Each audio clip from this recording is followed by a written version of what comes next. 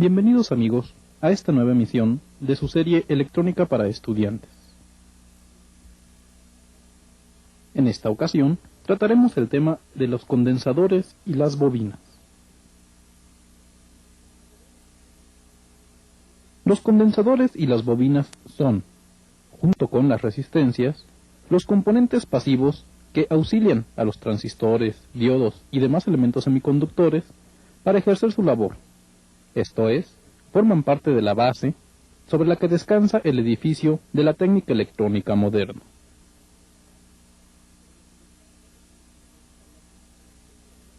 Sus formas y tamaños son muy variados, tal y como vemos en esta imagen. Y tanto su tamaño como su capacidad dependen de su aplicación específica. Sin embargo, todos los condensadores, sin importar su forma, tienen el mismo principio de operación, y lo mismo podríamos decir de las bobinas.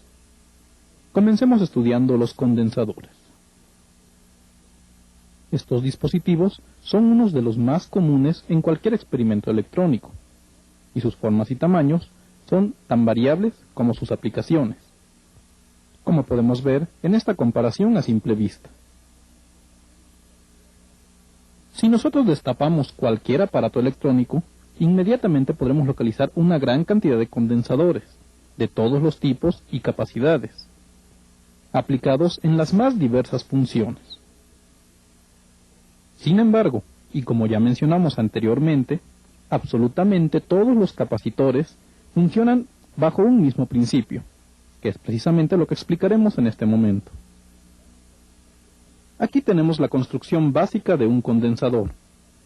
Puede usted notar cómo se trata de una placa inferior, cubierta por un material aislante, esto es, que no conduce electricidad, y este a su vez está cubierto por una placa superior. Entonces nos encontramos un arreglo de dos placas metálicas separadas entre sí por un material aislante, o dieléctrico. A cada una de las placas se le conecta unas terminales metálicas, y la función de estas terminales es servir como entrada o salida de señales eléctricas. Estas señales tendrán un comportamiento especial debido a la peculiar construcción de un condensador. Sin embargo, estos detalles los veremos un poco más adelante. Por el momento, analicemos en forma más detallada la construcción de un condensador típico. Podemos ver que se trata de dos placas metálicas, separadas entre sí por un material dieléctrico, esto es, no conductor. Y a cada una de las placas metálicas se le conecta una terminal. Si vemos la definición, encontraremos que un condensador es un componente cuya función es almacenar temporalmente un voltaje de DC aplicado a sus terminales. El símbolo del condensador es el que se muestra en pantalla. En el caso del condensador tenemos varios símbolos. Por ejemplo, el condensador polarizado, esto es, aquellos en los cuales sus terminales deben ser conectadas en cierto orden, tiene los símbolos a la izquierda, mientras que un condensador no polarizado tiene el símbolo que se muestra a la derecha. Esto nos permite identificar el tipo de condensador con solo verlo en el interior de un diagrama. Existen muchos tipos de condensadores. Sin embargo, los más comunes y usuales son los condensadores cerámicos, los de poliéster, los electrolíticos, los condensadores de tantalio y los de aceite. Veamos las características de cada uno de ellos. Los condensadores tipo cerámicos son, sin duda alguna, unos de los más utilizados en la actualidad. Se reconocen fácilmente por su forma de disco y por sus terminales colocadas en forma radial. Estos condensadores se construyen de la siguiente forma. Se tienen dos placas metálicas circulares separadas entre sí por un dieléctrico del tipo cerámico, de ahí su nombre. A las placas están soldadas las terminales de entrada o salida de señal. Para evitar que el arreglo pueda ser contaminado por agentes externos, se cubre con una nueva capa de cerámica y se imprime el código que identificará al capacitor. con datos tales como su capacidad, su voltaje de operación, etc.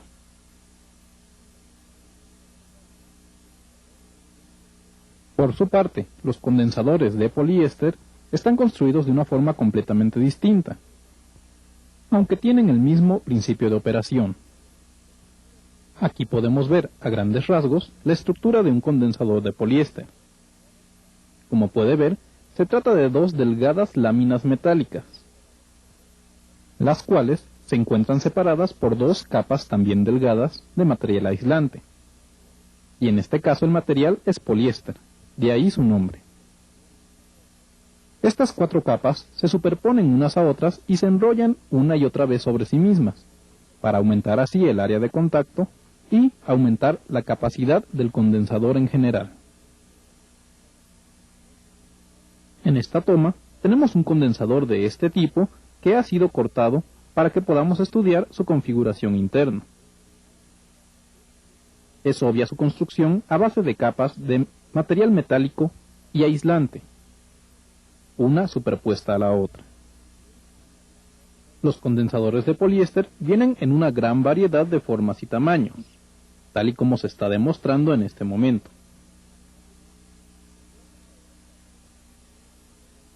Veamos ahora el caso de los condensadores electrolíticos, que son unos de los más empleados en la electrónica moderna.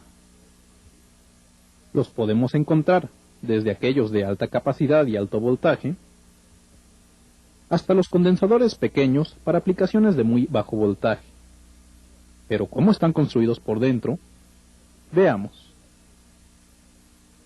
Aquí tenemos un diagrama en la que se muestra la estructura interna de un condensador electrolítico. Puede apreciar las diversas partes que lo componen. El elemento externo, y lo que le da su apariencia tan peculiar, es la carcasa o bote metálico, que sirve como terminal negativa. Dentro de este bote está contenido el electrolito, que es el material aislante en el cual se almacenan las cargas eléctricas. Este material es precisamente el que da nombre a este tipo de condensadores. En la parte central del bote metálico encontramos el electrodo positivo. Y para separar a este electrodo del resto del bote metálico y para evitar que se derrame el electrolito, existe un aislante. Con esta construcción tan peculiar, se alimentan cargas eléctricas a través del electrodo positivo y la carcasa metálica y quedan almacenadas en el medio electrolítico. Pero para poder alimentar o recuperar esas cargas, es necesario la presencia de dos terminales metálicas, conectadas a la carcasa y al electrodo positivo. Aquí tenemos un condensador electrolítico típico. Como puede ver, su construcción interna le da esa apariencia tan peculiar de bote metálico. Tenemos sus dos terminales de entrada y salida, y una capa aislante en la que están impresas diversos datos operativos. Por su parte, los condensadores de tantalio se construyen combinando las tecnologías de los condensadores de cerámica con los condensadores electrolíticos.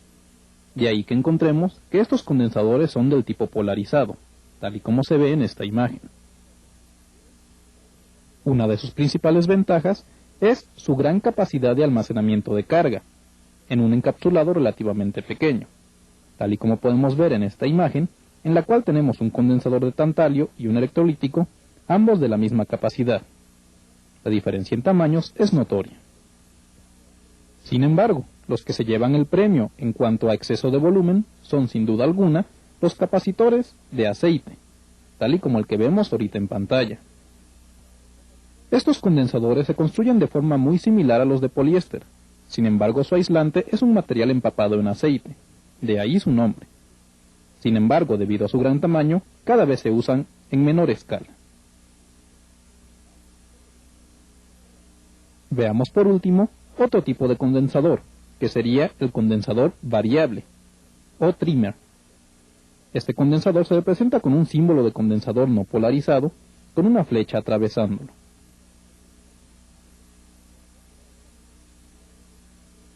En pantalla aparecen dos condensadores de este tipo de los más usuales. En el primero y más antiguo, puede notar la presencia de numerosas placas metálicas. mientras que el segundo se trata de un dispositivo sellado construido a base de delgadas láminas metálicas con separaciones de poliéster. La principal característica de estos condensadores es que, al momento de mover el pivote central, el área de contacto de las placas varía, cambiando así la capacidad del condensador. Y ya que tanto hemos mencionado el aspecto de la capacidad de carga de un condensador, surge la pregunta: ¿cuál es la unidad en la que se mide esta capacidad de carga?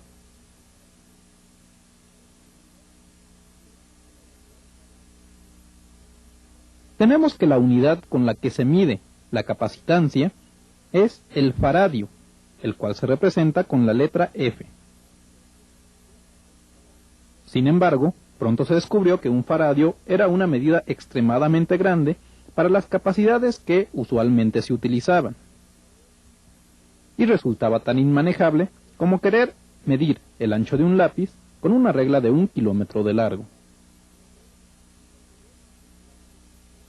Por tanto, en la actualidad se utilizan algunas subdivisiones del faradio para medir la capacitancia de los dispositivos normales. Así, tenemos la medida de 1 microfaradio, que se representa tal y como se ve en pantalla, y que equivale a 1 millonésima de un faradio. También tenemos el nanofaradio, que se representa como se ve en pantalla, y que equivale a 1 milmillonésima de faradio. Y finalmente tenemos el picofaradio, que se representa como se ve en pantalla, y que equivale a 1 billonésima de faradio. Estas son las unidades con las que normalmente se miden las capacitancias. Y esto nos lleva a una serie de equivalencias. Por ejemplo, 1 millón de microfaradios sería igual a 1 faradio. A su vez, 1000 nanofaradios serían igual a 1 microfaradio.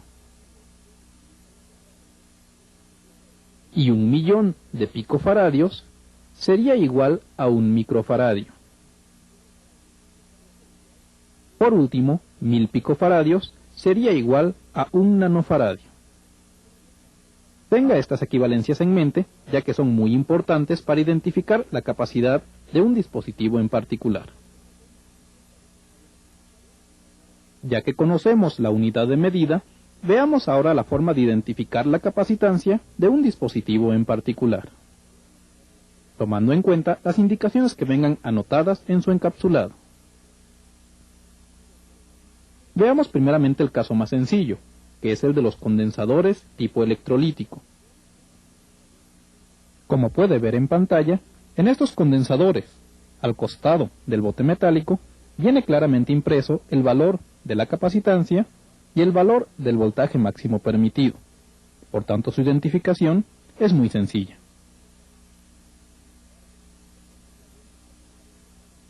Sin embargo, ¿cómo sabemos el valor de capacitancia del dispositivo que aparece en este momento en nuestras pantallas? Veamos. Aquí tenemos la forma de interpretar el código de colores de los diversos condensadores tipo poliéster. Como puede ver, la primera línea de color corresponde a la primera cifra, el segundo a la segunda cifra. La tercera línea corresponde al modificador. La cuarta línea corresponde al voltaje máximo de operación y la quinta a la tolerancia. Entonces, en las tres primeras líneas está el valor de la capacitancia y está dado en picofaradios. El código de colores que se emplea es idéntico al que se usa para identificar las resistencias. Esto es, un color negro significa el 0, el café 1, rojo 2, naranja 3, amarillo 4, verde 5, azul 6, violeta 7, gris 8 y finalmente el blanco significa el número 9. Con estos datos en la mano, podemos encontrar el valor de capacitancia del dispositivo que teníamos en un inicio.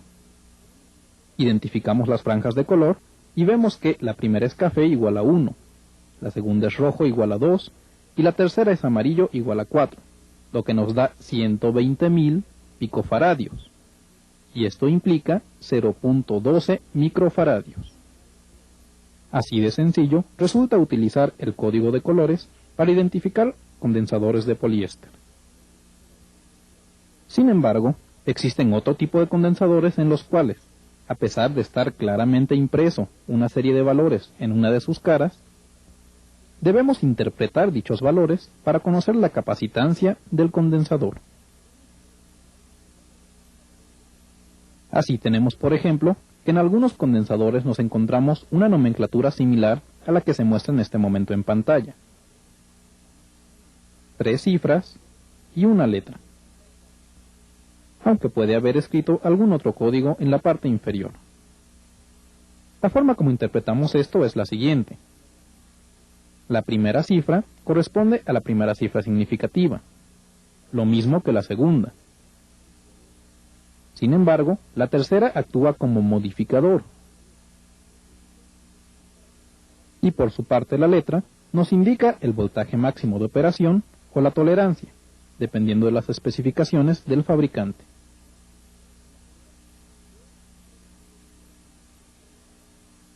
Veamos un caso concreto.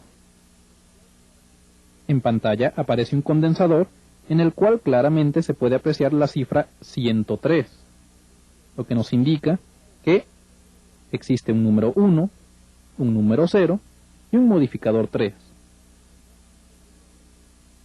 Al interpretar esta cifra nos da una cantidad de 10.000 picofaradios. Esto es igual a 0.01 microfaradios. Existen otros condensadores en los cuales encontramos una cifra relativamente alta y también acompañada por una letra. En este caso, la cifra nos está diciendo directamente la capacidad en picofaradios, mientras que la letra nos da ya sea la tolerancia o el voltaje de operación. En el ejemplo que podemos ver en este momento en pantalla, tenemos un capacitor de 4.700 picofaradios. El tercer método para representar la capacitancia se muestra en este momento en pantalla. Se trata de una cantidad que viene precedida por un punto decimal. En estos casos, la capacitancia está dada en microfaradios. Y al igual que en casos anteriores, la letra nos da la tolerancia o el voltaje. Aquí se muestra un ejemplo típico. Esta falta de estandarización al momento de representar la capacitancia en un condensador nos puede llevar a la situación que se muestra en pantalla, en la cual tenemos 3 condensadores aparentemente distintos, pero que sin embargo, al momento de interpretar los valores correspondientes, tenemos que los 3 tienen una capacitancia idéntica. Veamos ahora otro aspecto que es muy importante al momento de elegir un condensador, y es, precisamente, su voltaje máximo de operación, el cual nos indica el rango en el cual es seguro utilizar el dispositivo. En condensadores de tipo poliéster o de cerámica, realmente podríamos ignorar este factor, ya que, por lo general, se trata de valores muy altos que difícilmente serán alcanzados en aplicaciones normales.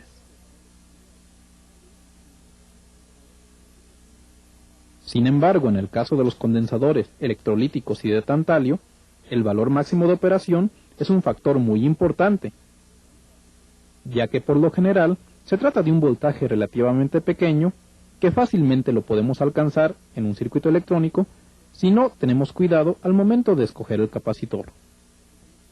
Estos problemas se evitan eligiendo capacitores con un voltaje de operación máximo que sea superior al máximo voltaje esperado en el funcionamiento normal del circuito. Con esto terminamos la explicación de la parte teórica que corresponde a condensadores. Veamos ahora algunos experimentos. Ha llegado el momento de hacer algunos circuitos de prueba utilizando condensadores.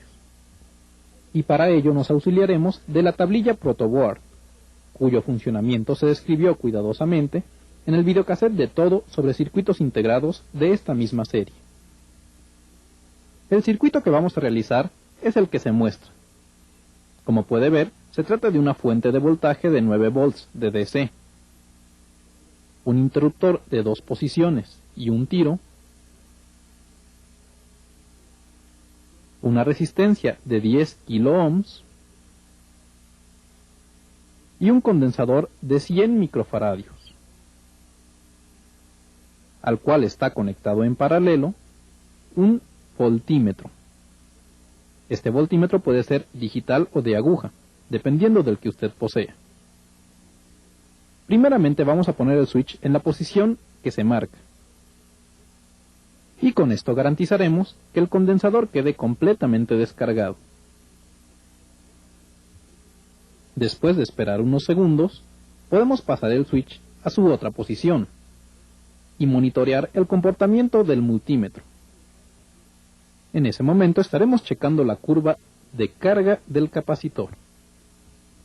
Después de un momento pasamos el switch a su otra posición y monitoreamos ahora la curva de descarga del capacitor. Aquí tenemos el circuito construido en una tablilla protoboard. Puede notar la presencia del switch de 2 posiciones un tiro, la resistencia de 10 kiloohms y el condensador de 100 microfaradios. Por la línea roja se están alimentando los 9 volts de DC y por la línea verde está la conexión hacia el multímetro, mientras que la línea café nos está sirviendo de referencia de tierra. Veamos ahora el comportamiento del circuito. En este momento, el switch está en su posición de conexión a tierra, por tanto, el condensador está completamente descargado. Por su parte, en el multímetro, hemos elegido una escala adecuada para poder monitorear, por medio del movimiento de su aguja, cómo se comporta el voltaje del condensador al momento de la carga. Accionamos el interruptor y note cómo la aguja comienza a moverse rápidamente. Sin embargo, conforme llega al voltaje máximo, cada vez se mueve con más lentitud. Lo mismo sucede cuando se realiza la descarga. En este momento la aguja se mueve muy rápidamente, pero conforme llega al voltaje cero, se mueve más lentamente. Aquí presentamos algunas gráficas en las cuales se demuestra el comportamiento de la curva de carga y descarga de un capacitor. Primeramente la curva de carga. Como puede ver, empieza en un voltaje igual a 0 y va subiendo gradualmente, hasta que llega a un voltaje máximo, teóricamente idéntico al voltaje de entrada. Cuando llega a esta zona de estabilización, se dice que el condensador está completamente cargado. La curva de descarga es muy similar y comienza con el valor inicial que tenga el condensador al momento de accionar el interruptor. En ese momento, el voltaje comienza a descender rápidamente. Sin embargo, cada vez el descenso se hace más lento hasta que llega a una estabilización en el voltaje igual a 0. Cuando se ha llegado a este punto, se dice que el condensador está completamente descargado. Veamos ahora otro par de curvas, pero ahora las que corresponden al comportamiento de la corriente de un capacitor. En este caso, al momento de accionar el switch y que se inicia la carga, la corriente inicial es muy grande, prácticamente como si en vez de condensador hubiera un cortocircuito. Sin embargo, esta corriente lentamente va disminuyendo hasta que llega a un valor prácticamente igual a 0. En ese momento se dice que el capacitor está completamente cargado. Lo mismo puede decirse del caso de la descarga de un capacitor. Sin embargo, como ahora la corriente sale de él, se dice que se tiene una corriente negativa. Y esta corriente irá disminuyendo en el tiempo hasta que llega a un valor igual a 0. Al llegar a este punto, se dice que el condensador está completamente descargado.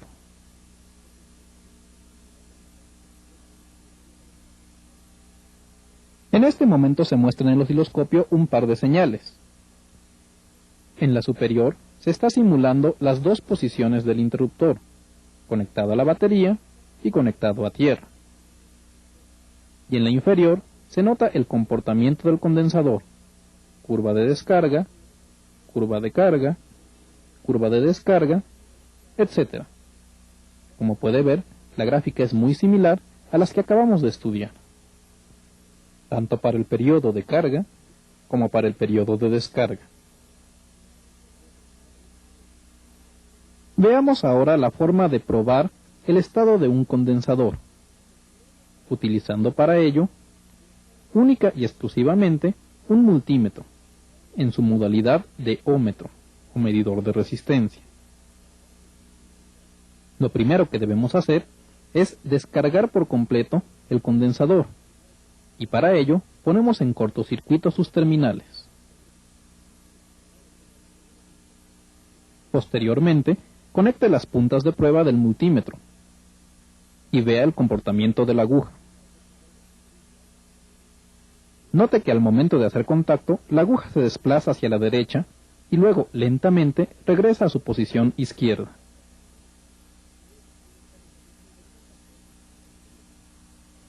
Esto se debe a que el dispositivo está obedeciendo la curva de carga de un capacitor al momento en que estamos monitoreando la corriente. Como ya se mencionó antes, al momento de cerrar el interruptor, la corriente es relativamente alta. Sin embargo, conforme pasa el tiempo, esta corriente comienza a disminuir, hasta llegar a un punto en el que la corriente es cero, en el cual decimos que el condensador está completamente cargado. Sin embargo, la velocidad de desplazamiento de la aguja también se ve afectada por la capacidad del dispositivo que estemos midiendo. Por ejemplo, en este caso en el que tenemos un dispositivo de una capacidad mucho mayor al inicial, vemos que la aguja se desplaza completamente hacia la derecha, pero luego su retorno hacia la izquierda es mucho más lento que el anterior.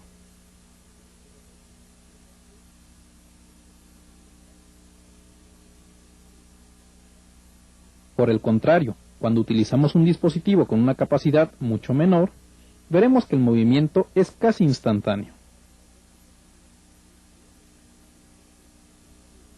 Por supuesto que también afecta a la velocidad de la aguja la escala de ohms que estemos utilizando, ya que entre mayor sea, más lentamente se desplazará la aguja. Vamos a aprovechar este comportamiento para medir el estado de un condensador.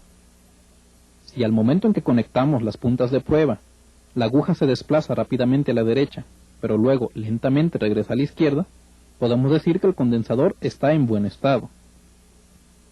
Si por el contrario la aguja permanece en su posición a la izquierda, quiere decir que el condensador está abierto. Y si el condensador se desplaza a la derecha y permanece indefinidamente en dicho lugar, quiere decir que el condensador está en corto. Por último, si la aguja se desplaza hacia la derecha, pero luego al momento de regresar se detiene en alguna parte a la mitad del camino, quiere decir que el condensador tiene fugas y tarde o temprano nos dará problemas. Pues bien amigos, con esto hemos terminado lo que se refiere a los condensadores. Pasemos ahora a estudiar el tema de las bobinas.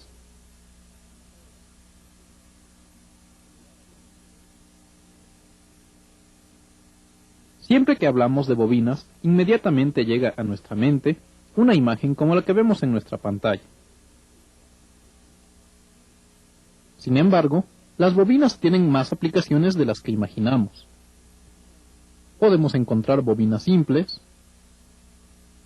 las encontramos también en transformadores, en bocinas, en relevadores y en tantos otros dispositivos que sería largo enumerar.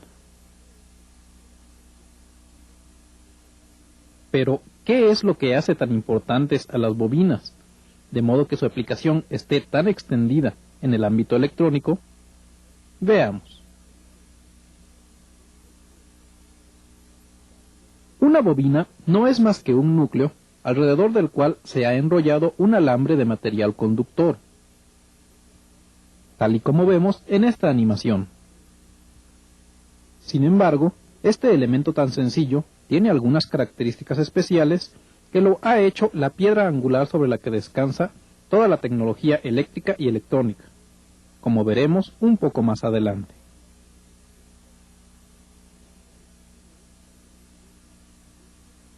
Veamos primeramente qué sucede cuando a una bobina se le conecta una fuente de voltaje, en este caso una pila. Al momento en que cerramos el interruptor, la corriente fluye a través de las espiras que forman la bobina, y esta corriente circulando provoca la aparición de un campo magnético, tal y como se muestra en la pantalla. Este campo es el resultado de la suma de los pequeñísimos campos magnéticos que se producen al momento en que un electrón entra en movimiento. Y como en este caso los electrones están fluyendo desde la terminal negativa de la pila hacia la terminal positiva, pasando por todas las espiras, es obvio que en el núcleo de la bobina se concentra el campo magnético. Vamos a comprobar este fenómeno, para lo cual necesitaremos unos sencillos elementos, como son una bobina, un núcleo de material ferromagnético, en este caso ferrita, un material de acero, por ejemplo un clip, y una fuente de poder. Veamos cómo funciona. Al momento de estar apagada la fuente de poder, esto quiere decir que no existe circulación de electrones en la bobina, y por tanto no hay ningún campo magnético en el núcleo de la misma. Por tanto, no se puede atraer el clip. En el momento en que encendemos la fuente de poder, se establece la corriente en la bobina y aparece el campo magnético en el núcleo. Por lo tanto, el clip es atraído. Esto se debe precisamente al fenómeno que acabamos de explicar. En el momento en que apagamos la fuente, el clip queda suspendido un momento por el magnetismo remanente. Sin embargo, una vez que cae, ya es imposible volverlo a levantar. A menos, por supuesto, que volvamos a encender la fuente. En este caso, se restablece el campo magnético y el clip nuevamente es atraído hacia el núcleo. Como ve, hemos construido un pequeño electroimán.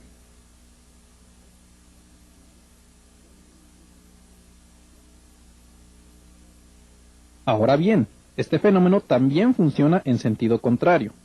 Esto es, si nosotros aplicamos un campo magnético a una bobina, en sus extremos aparecerá un voltaje. Sin embargo, hay que aclarar que en estos casos un campo magnético fijo no nos sirve de nada, ya que, como se muestra aquí, si se aplica un campo magnético simplemente a una bobina, el voltaje inducido será cero. Es necesario que empecemos a mover ya sea el imán o la bobina para que aparezca un voltaje en nuestra pantalla. Aquí estamos simulando que el imán se mueve. Por tanto, se induce un voltaje en la bobina y dicho voltaje puede ser monitoreado por medio del osciloscopio. Este fenómeno es precisamente el que se aprovecha en los generadores y alternadores para producir energía eléctrica. Precisamente por esta propiedad de inducir campos magnéticos, a las bobinas también se les llama como inductancias. Si vemos la definición, se llama inductancia a la propiedad de almacenar temporalmente una corriente en forma de campo magnético. La unidad de medida de la inductancia es el henrio, que se representa con una letra H. Sin embargo, y al igual que las capacitancias, el henry es una unidad muy grande.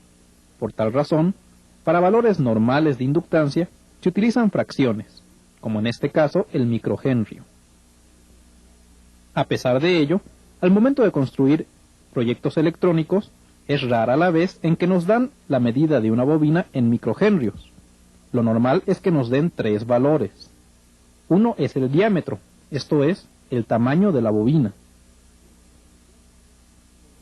El segundo parámetro es el número de vueltas que tenemos que darle al alambre. Y por último, tenemos el calibre del alambre empleado. Con estos 3 datos, nosotros tenemos información suficiente para construir prácticamente cualquier bobina. Sin embargo, otro factor que sí influye poderosamente en la inductancia de una bobina es su núcleo, el cual puede ser de aire o de material ferromagnético. Por supuesto, estas últimas tienen mucho mayor inductancia. Cabe hacer una aclaración. Para que un núcleo realmente afecte la inductancia de una bobina, este núcleo tiene que ser forzosamente de algún material ferromagnético, como es las láminas de acero o la ferrita. Si usted emplea materiales como el cristal, el plástico o la madera para hacer un núcleo de una bobina, ésta se comportará como si tuviera núcleo de aire. Por lo que se refiere a las formas más comunes como podemos encontrar bobinas, en su pantalla se están presentando algunas de ellas. Aunque es indudable que la más conocida y la más común es la que vemos en este momento. Simplemente unas cuantas vueltas de alambre formando una estructura semitubular. Aunque también es muy común encontrar otro tipo de inductancias. Las pequeñas capsulitas azules que en este momento se están indicando son en realidad inductancias de muy bajo valor, especiales para manejar señales de alta frecuencia. Pero veamos ahora una de las principales aplicaciones de las bobinas. Ya mencionamos que al momento de aplicar un voltaje a una bobina, se genera en su interior un campo magnético. Y también ya mencionamos que cuando se aplica un campo magnético a una bobina, en sus extremos aparece un voltaje. Surge entonces la pregunta, ¿no sería posible combinar ambos efectos para crear una transmisión de voltaje? La respuesta es positiva, y así surgió el transformador. Aquí se muestra un diagrama simplificado de cómo funciona un transformador. En primera, se tiene una fuente de voltaje alterno en uno de sus extremos, y dicho voltaje está siendo aplicado a una bobina la cual rodea a un núcleo en forma de dona. Este núcleo transmite en su interior el campo magnético producido y lo aplica a una segunda bobina. Entonces, las variaciones en el campo magnético en el interior de la segunda bobina producen un voltaje alterno a su salida, al ser inducido este a través de las espiras de su embobinado. Por tanto, tenemos aquí el fenómeno de la transmisión de una señal de voltaje alterno que está siendo aplicado a un embobinado y que se transmite a un segundo embobinado. Todo esto sin que exista contacto eléctrico entre ambos. Puede ver entonces que en un transformador se emplean ambas propiedades de una inductancia, o sea, tanto la producción de un campo magnético como la inducción de un voltaje a partir de un campo magnético. En su pantalla aparece el más tradicional de los transformadores, una estructura cuadrada con cables para entrada de voltaje y cables para salida de voltaje. Y si pudiéramos curiosear en su interior, veríamos una gran cantidad de alambre embobinado. Sin embargo, no son el único tipo de transformador. En su pantalla aparece un transformador de radiofrecuencia, muy empleado para la recepción de ondas de radio. Estos dispositivos tienen la característica de poseer una inductancia variable, la cual se regula con la posición de la pequeña tapa que se está señalando en este momento. Si la retiramos, quedan al descubierto los embobinados que forman este pequeñísimo transformador. Como podrá imaginar, las señales que maneja son muy pequeñas. Aquí tenemos una animación en la que veremos cómo se construyen estos transformadores. Inicialmente se tiene el núcleo de ferrita. A este núcleo se le añaden los embobinados, tanto primario como secundario. Una vez concluido este paso, podemos colocar el casquillo, el cual también está fabricado a base de ferrita. Este casquillo tiene la particularidad de que puede moverse verticalmente, subir y bajar, y conforme se mueve, podemos variar las características de inductancia del transformador. El último paso es colocarle un blindaje para que las señales externas no le afecten. Como ya se mencionó antes, estos transformadores se utilizan especialmente en etapas de radiorecepción y, en general, en cualquier aplicación que necesite la generación de altas frecuencias. Pero veamos ahora otro aspecto interesante que tienen los transformadores, y es su capacidad de cambiar sus voltajes de entrada y salida. Si nosotros empleamos dos bobinas idénticas, simplemente unidas por un núcleo toroidal tal y como se muestra, entonces tendríamos a la salida exactamente el mismo voltaje que a la entrada, y la única ventaja que tendríamos sería que la salida estaría aislada eléctricamente de la entrada. Pero si nosotros variamos el número de espiras que forman la bobina de entrada y el número de espiras que forman la bobina de salida, entonces ocurre un fenómeno bastante singular, ya que aparece una relación directa entre el voltaje de entrada y el número de espiras del embobinado primario, y el voltaje de salida y el número de espiras del embobinado secundario. Esto quiere decir que manejando la relación que existe entre las espiras de entrada y de salida, nosotros podemos generar a la salida del transformador prácticamente cualquier voltaje que deseemos, sin importar el voltaje de entrada. Esto es lo que le da precisamente el nombre de transformador, ya que está transformando un voltaje de entrada en un voltaje de salida distinto.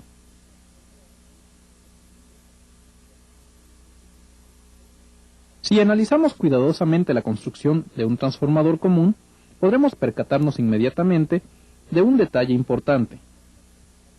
Se pueden identificar fácilmente dos grupos de embobinados: un embobinado interno o primario, construido con alambre muy delgado y con gran cantidad de vueltas, y un embobinado secundario, construido con alambre más grueso y con menor número de vueltas.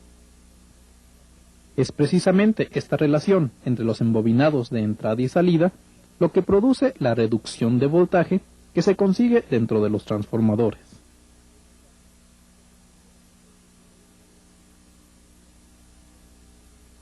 Sin embargo, el número de espiras no es el único factor que hay que considerar al momento de construir un transformador. El material con el que esté hecho el núcleo también es importante. Aunque el más conocido y más común de todos es el núcleo a base de láminas metálicas, tal y como el que se muestra en este momento, existen aplicaciones en que es especialmente crítica la calidad con la que se induzca un voltaje en el otro embobinado. Y en esos casos particulares, lo más recomendable es utilizar un núcleo de ferrita. El material de un núcleo también es muy importante cuando se van a trabajar con señales de alta frecuencia, tal y como lo demuestra este transformador que corresponde a la fuente conmutada de un televisor. Como puede ver, todo su núcleo es de ferrita.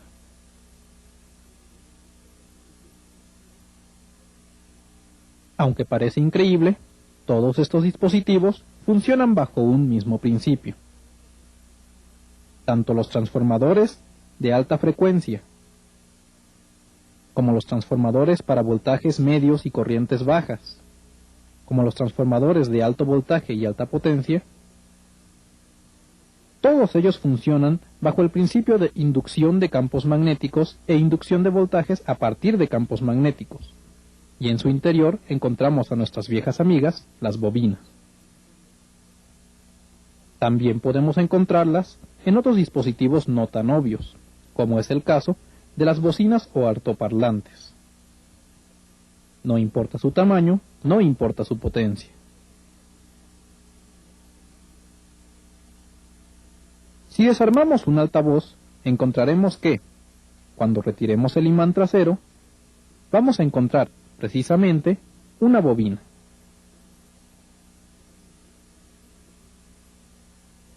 Esta bobina será precisamente la encargada de producir el movimiento del cono, lo cual se traducirá, finalmente, en el sonido que podemos escuchar saliendo del altavoz. Esto se logra debido a que combinando campos eléctricos y magnéticos se puede provocar una fuerza, que es precisamente la encargada de empujar a la bobina y, por consiguiente, al cono de donde saldrá el sonido. Veamos esto de manera gráfica. Al momento en que aplicamos un voltaje alterno a la bobina, los campos magnéticos generados en su interior se atraen y se repelen con el producido por el imán permanente, y esto empuja al cono, provocando así el sonido que podemos escuchar de toda bocina. El mismo principio, pero a la inversa, lo encontramos en los micrófonos. En este caso encontramos una delgada membrana que puede vibrar al momento en que es alcanzada por la señal de la voz. Esta vibración se transmite a la bobina y las variaciones del campo magnético en su interior provocan un voltaje a su salida. Esto es, convierte la voz en señal eléctrica. Aquí tenemos un diagrama en el que se ve más claro esta situación. Al momento en que llega la señal de voz a la membrana, esta comienza a oscilar de arriba a abajo, arrastrando junto a sí a la bobina. Como esta bobina se encuentra sumergida en el campo magnético de un imán permanente, se induce un voltaje en todos sus embobinados, mismo que puede ser recuperado a su salida. De aquí podemos ver que tanto el micrófono como el altavoz, ambos poseen bobinas en su interior, y ambos funcionan bajo principios idénticos. Por eso, un micrófono puede funcionar como altavoz, y un altavoz puede funcionar como micrófono. Todo ello aprovechando las propiedades de las bobinas. Otro dispositivo en el que también se utilizan los campos magnéticos producidos por las bobinas son los motores, los cuales entran en movimiento precisamente gracias a la acción de repulsión y atracción que tiene el campo magnético producido por una bobina al momento de enfrentarse a campos similares producidos por imanes permanentes dentro del motor. En este acercamiento es fácil apreciar los embobinados que cubren el rotor o parte móvil de este motorcito. Y en esta toma podemos apreciar claramente la presencia de dos imanes permanentes, uno en la parte superior y otro en la parte inferior. Entonces, cuando se aplica voltaje a los embobinados del motor, estos empiezan a atraerse y repelerse con los imanes y provoca el movimiento del rotor. Ahora bien, un detalle que poca gente conoce es que un motor también puede funcionar como un generador de voltaje. Si conectamos las puntas de prueba del voltímetro a las terminales del motor y le aplicamos un movimiento giratorio externo, encontraremos que se produce en dichas terminales un voltaje de directa. Vamos a hacerlo en este momento.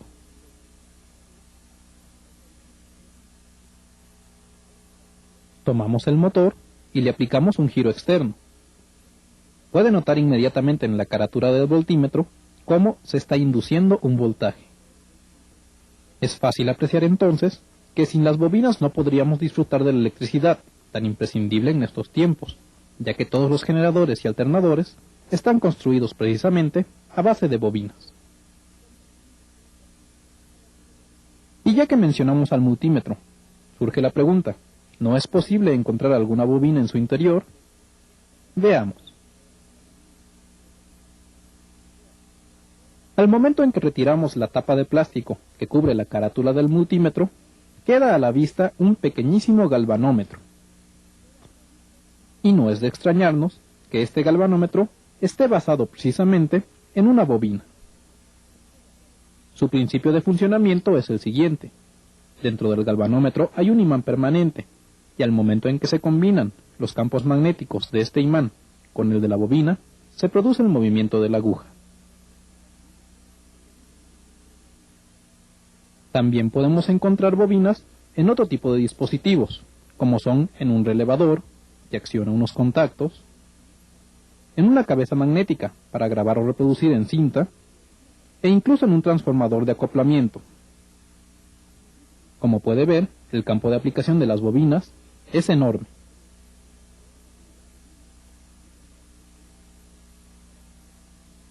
Veamos ahora un aspecto muy importante al momento en que estemos trabajando con dispositivos electrónicos, sobre todo con aquellos que estén basados en bobinas. Vamos a ver la forma de probar el estado de una bobina, utilizando para ello únicamente el multímetro. Este puede ser del tipo analógico o digital. Sin embargo, lo que sí es importante es que tenga una posición de zumbador o bus, esto es, un medidor de continuidad. La forma de probar una bobina es muy sencilla. Primeramente comprobamos que el zumbador efectivamente funciona. Después lo aplicamos a los extremos de la bobina de la que sospechemos que está dando problemas. Si el zumbador funciona, esto es, si se oye un tono que nos indica que hay continuidad, lo más seguro es que la bobina esté en buen estado. Sin embargo, si existe un momento en el cual colocamos las dos puntas de prueba y no se detecta continuidad, en ese momento podemos estar casi seguros de que la bobina está dañada. Como ve, es muy fácil detectar el estado de una bobina utilizando para ello tan solo el multímetro. Con esto prácticamente hemos terminado el tema de las bobinas. Pasemos ahora a ver un aspecto muy importante, y es el concepto de impedancia. Si nos basamos en la definición, se llama impedancia a la oposición que presentan ciertos componentes al paso de la corriente alterna. Y como habrá podido imaginar, los principales componentes que presentan esta característica son los condensadores y las bobinas, además de las resistencias.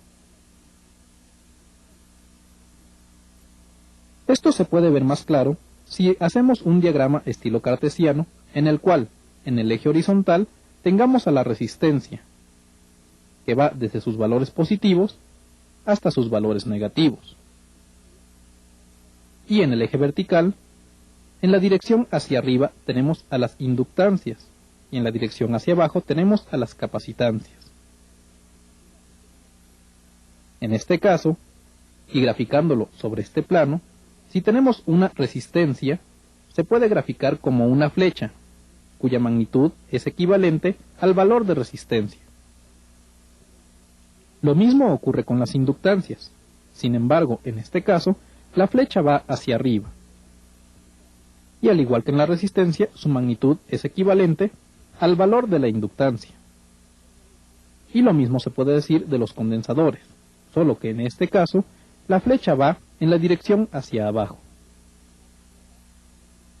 Ahora bien, ¿qué sucede cuando combinamos, por ejemplo, una resistencia y un condensador? Pues que la impedancia, o Z, que ve el circuito no es ni del valor de la resistencia ni la del condensador, sino un valor combinado de ambos. Además de que se crea un desfasamiento, tal y como se muestra. Lo mismo ocurre cuando combinamos una resistencia y una inductancia. El resultado de la combinación de ambos nos da un valor Z de impedancia y un desfasamiento como el que se está mostrando en este momento. Este desfasamiento es muy importante, ya que, como se ve en este momento, un condensador produce un desfasamiento negativo, mientras que una inductancia un desfasamiento positivo. Vamos a comprobar este fenómeno, y para ello construiremos un circuito tan sencillo como el que se muestra, en el cual, en una resistencia vamos a alimentarle un voltaje de AC, y a su salida vamos a colocarle una serie de cargas. Primero una resistencia, después un condensador y luego una inductancia. En este momento en el que tenemos una resistencia, es fácil observar que no existe desfasamiento entre ambas señales. Esto es, la señal de salida tiene la misma fase que la señal de entrada.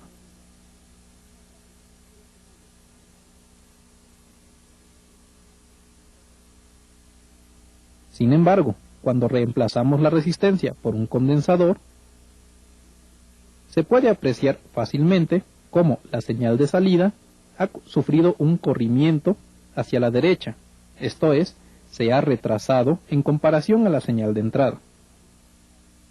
Este comportamiento es el que podíamos esperar después de ver las gráficas anteriores.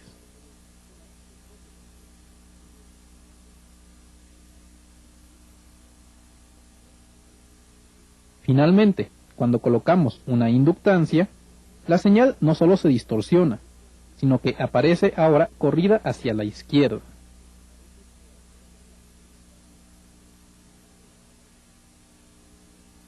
Como puede ver, la señal de entrada no se ha movido, sin embargo la señal de salida se ha corrido hacia la izquierda, esto es, se encuentra adelantada con respecto a la señal de entrada. Y esto es precisamente lo que podíamos esperar de un circuito RL. Ahora bien, Cabe hacer la aclaración que el valor de impedancia de estos elementos varía en relación a la frecuencia que se le esté alimentando. Mientras que las bobinas aumentan de impedancia al aumentar la frecuencia, en los condensadores ocurre lo contrario. Con esta breve explicación del concepto de impedancia, hemos terminado el tema de los condensadores y bobinas. Pasemos a los comentarios finales.